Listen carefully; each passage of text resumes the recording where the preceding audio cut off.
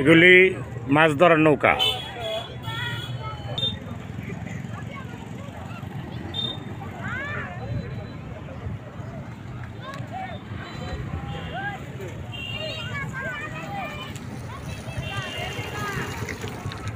এখান থেকে নৌকা নিয়ে কোথায় যান আপনি? যায়, অষ্টগ্রাম যায়, সাতিশ্বর যায়, বিভিন্ন জায়গায় যান। বিভিন্ন জায়গা।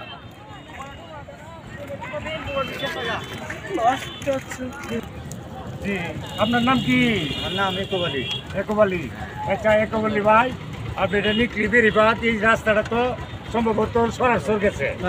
হ্যাঁ, এখন রাস্তাটা প্রায় ঘুরে গেছে, পানির নিচে পড়ে যাচ্ছে। এরপরও অনেক মানুষ দেখতে পাচ্ছি, আমরা আসা যাওয়া করতেছি। আপনার নৌকা নিয়ে কোথায় কোথায় যান? নৌকা নিয়ে মিরমান যায়, অষ্টগ্রাম যায়, এরপরে সাতিশ্বর যায়, দিয়ে আবার বিরাম যায়। তারপরে অন্য আসছে। আচ্ছা ঠিক আছে, আপনাকে ধন্যবাদ। জি ভাইজান, আমরা তো এই মুহূর্তে আসছি নিকলি বেরিবাদ সংলগ্ন একটি রাস্তা। এই রাস্তাটি আমরা যে দেখতে পাচ্ছি, এটা নিকলি বেরিবাদ থেকে সাতিশ্বর হয়ে সরাসর চলে যায়।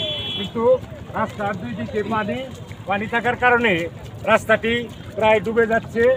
অল্প কিছু পরের থেকে মানে রাস্তাতে আর যাওয়া যায় না। এরপরেও বিভিন্ন জায়গা থেকে পর্যটকরা আসছে এই সুন্দর কিশোরগঞ্জ জেলার নিকলির হাওর দেখার জন্য। ভাইজান, আপনার নাম কি? আমার নাম মোহাম্মদ ইব্রাহিম খলিল ভুইয়া। আপনি কোথা থেকে আসছেন? আমি আসলে একটা চাকরি করি স্কোয়ার কোম্পানিতে। আমি ঢাকা কুড়িল থেকে আসছি, কুড়িল বিশ্ব রোড থেকে এই স্পটটা দেখার জন্য আমি এখানে আসছি। ধন্যবাদ আপনাকে। কেমন লাগতেছে আসলে? জি, আসলে মানে এত একটা সুন্দর একটা পরিবেশ, পানি একটা মুগ্ধকর একটা পরিবেশ, আসলে আমার কাছে দেখতে অনেক অনেক ভালো লাগতেছে। এবং আমার নাম কি? লোকমান হোসেন ভাই। আচ্ছা, আপনার কাছে কেমন লাগতেছে? দারুণ লাগতেছে।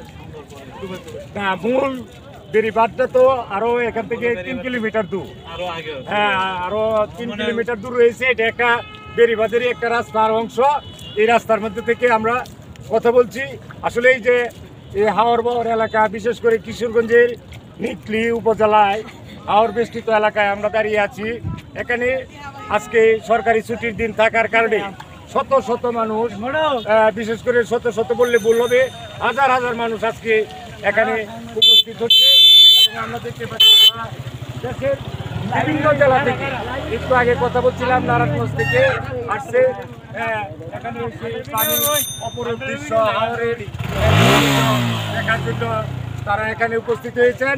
আমরা এই দিকে হাওর থেকে সকলকে ধন্যবাদ জানাই, অভিনন্দন জানাই, যেন এই নীতি হাওরে এসে কোনো দুর্ঘটনায় কবলিত না হয় সে প্রত্যাশা রাখি।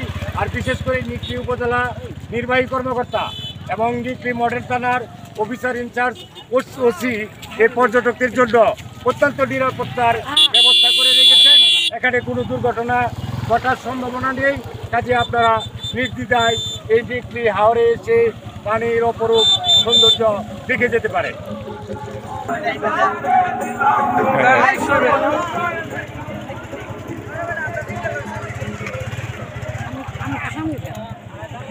চার্জ